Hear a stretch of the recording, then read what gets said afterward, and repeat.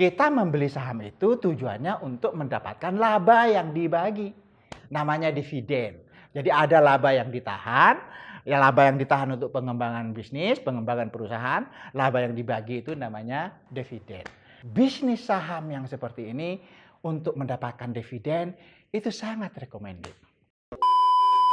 Assalamualaikum warahmatullahi wabarakatuh, sahabat muda.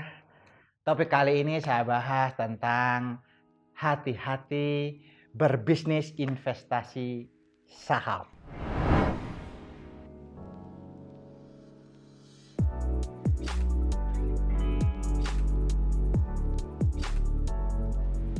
Sahabat muda, bisnis investasi saham itu filosofinya sama dengan kita membeli perusahaan.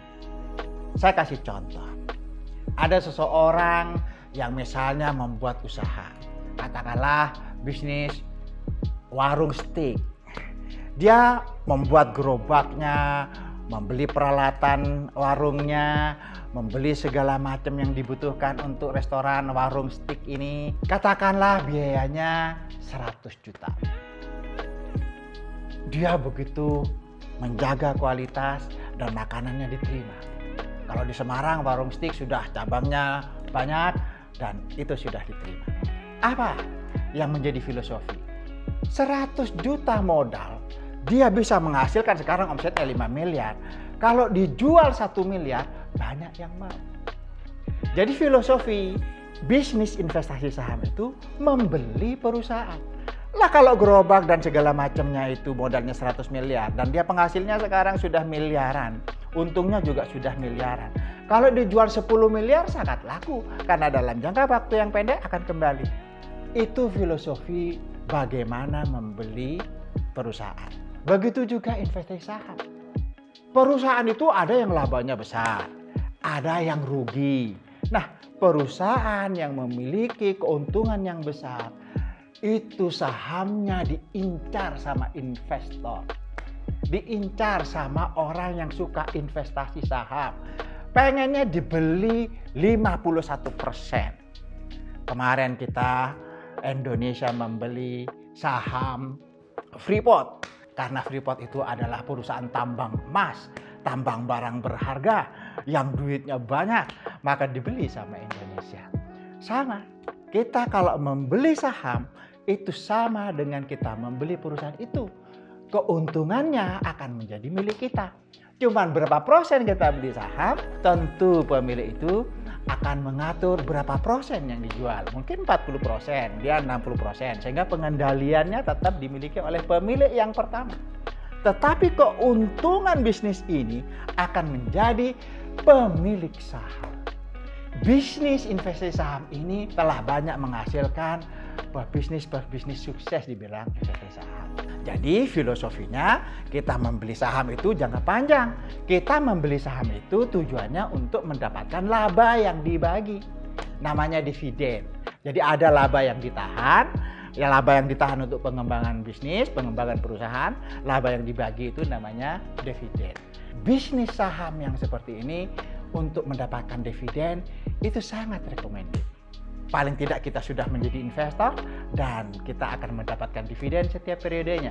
Dan jangka panjang, kalau perusahaan ini memang betul-betul bagus, maka perusahaan ini akan naik nilai sahamnya.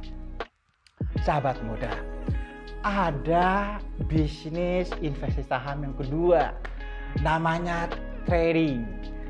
Trading ini bukan investor. Investor itu ya orang yang melakukan investasi saham. Trading ini lebih tepatnya ya pedagang.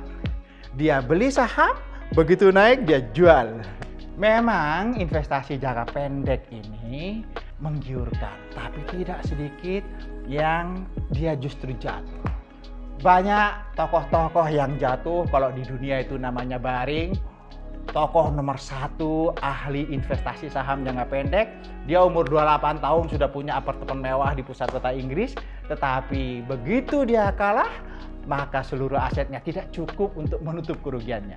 Ketika dia terkenal, bahkan bank tertua di Inggris itu menginvestasikan dananya untuk investasi jangka pendek. Sahabat muda, investasi jangka pendek ini cepat kaya tapi cepat miskin. Orang bilang semacam gambling karena bisa dipermainkan. apalagi di Indonesia. Di Indonesia lebih condong kepada technical analysis, bukan fundamental analysis. Technical analysis itu semacam hanya penawaran dan permintaan. Kalau penawarannya itu banyak, dia turun. Kalau penawarannya itu sedikit, dia tidak banyak yang jual, banyak yang minta, harganya naik. Nah, ketika ada pemain besar, dia kemudian borong itu, maka barangnya naik. Wah, karena dia seorang kaya raya, maka ini ditahan. Begitu ditahan, harganya naik. Begitu naik, dia jual, jur gitu. Banyak pemain-pemain yang masih kelas menengah dan kecil itu jatuh di trading ini. Karena apa? Karena ada pemain besar yang bisa mengendalikan penawaran dan permintaan ini. Sehingga dia kemudian harganya cenderung bisa diatur, cenderung bisa dipermainkan, sehingga trader ini sering mengalami kegagalan. Mungkin 1 kali 2 kali dia bisa menang, tapi kecenderungan untuk kalah sangat mungkin. Karena di sini tidak membutuhkan semacam fundamental analisis, semacam analisis ilmu pengetahuan, tetapi lebih kepada permintaan dan penawaran pasar. Dan ini sangat rentan dengan para pemain-pemain yang besar. Sahabat muda, investasi saham yang kedua ini namanya investasi jangka pendek. Dia mencari capital gain, dia mencari keuntungan selisih harga dia beli dan dia jual. Padahal ketika beli ada biayanya. Namanya pialang, namanya fund manager, namanya broker, namanya makelar, kita bayar. Begitu kita jual, bayar lagi. Mau untung, mau rugi, kita bayar. Padahal investasi saham yang jangka pendek ini belum tentu untung, belum tentu rugi. Kadang untung, kadang rugi.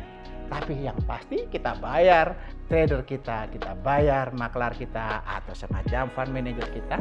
Sehingga bisnis ini cenderung menguras modal yang kita investasikan dalam bentuk saham jangka pendek. Sahabat muda, investasi saham ini hati-hati yang kedua.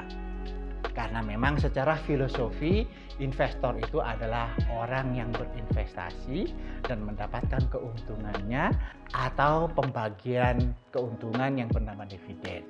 Sedangkan trader itu adalah pedagang yang ingin membeli dan menjual, dan apabila ini dimainkan oleh pemain yang besar, maka itu berisiko besar bagi pemain trader.